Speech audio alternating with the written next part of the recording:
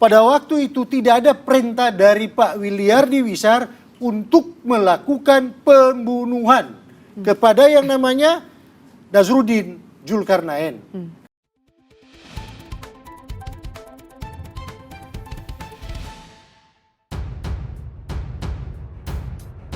Pembunuhan Nazruddin berawal dari perselingkuhan di kamar 808 Grand Mahakam.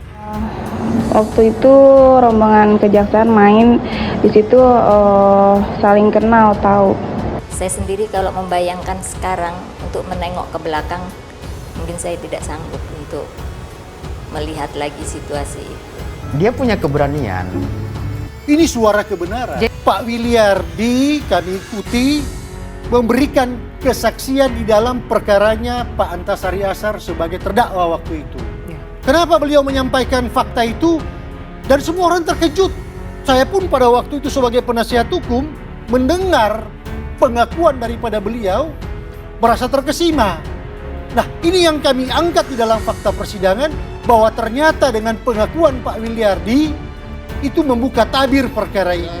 Saya tambah yakin bahwa kebenaran dan keadilan tidak bisa ditenggelamkan oleh siapapun juga.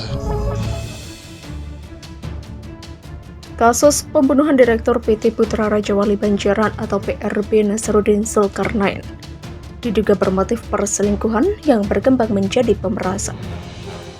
Antasari Azhar diduga kuat terlibat. Kasus ini bermula dari kisah perselingkuhan di Hotel Grand Mahakam, Kebayoran Baru, Jakarta Selatan. Informasi yang didapatkan Detikcom Senin 4 Mei 2009. Kisah perselingkuhan ini terjadi pada bulan Mei 2008. Saat itu Antasari Azhar yang baru beberapa bulan menjabat Ketua KPK kepergok tengah berduaan dengan perempuan bernama Rani Juliani di kamar 808. Rani adalah istri ketiga Nazruddin. Nazruddin menikahi Rani secara siri sekitar tahun 2007. Rani adalah mantan kedi di Padang Golf Modern Land, Tangerang. Dia yang berparas cantik itu disebut-sebut bertarif mahal. Rani menjadi langganan Nazruddin.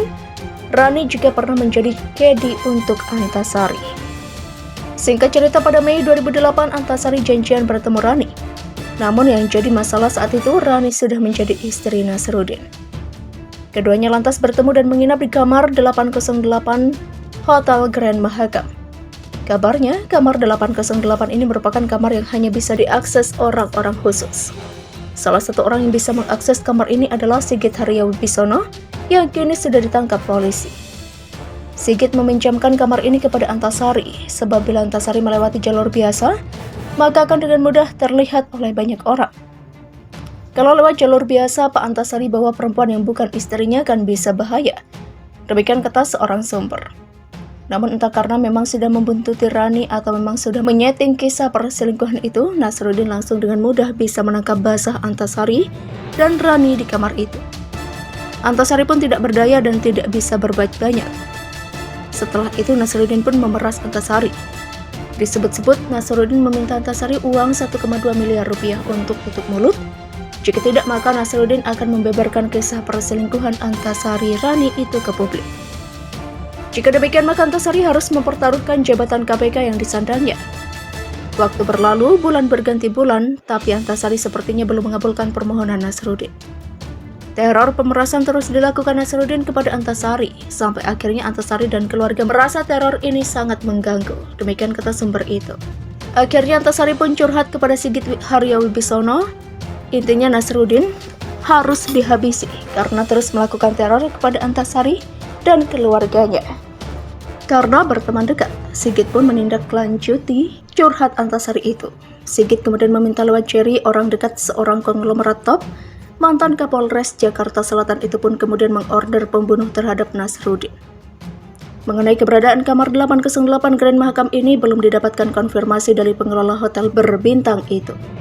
Saat Detikcom mengunjungi hotel itu sekitar pukul 11.30 waktu Indonesia Barat, petugas keamanan melarang Detikcom masuk. Mohon maaf, humas sedang tidak bisa ditemui. Demikian kata petugas keamanan itu. Dalam jumpa pers pada hari Minggu 3 Mei 2009 kemarin, Antasari membantah isu perselingkuhan ini. Dia juga membantah terlibat dalam pembunuhan terhadap Nazruddin Hingga pukul 11.04 waktu Indonesia Barat Senin 4 Mei 2009, Antasari masih diperiksa secara intensif di Polda.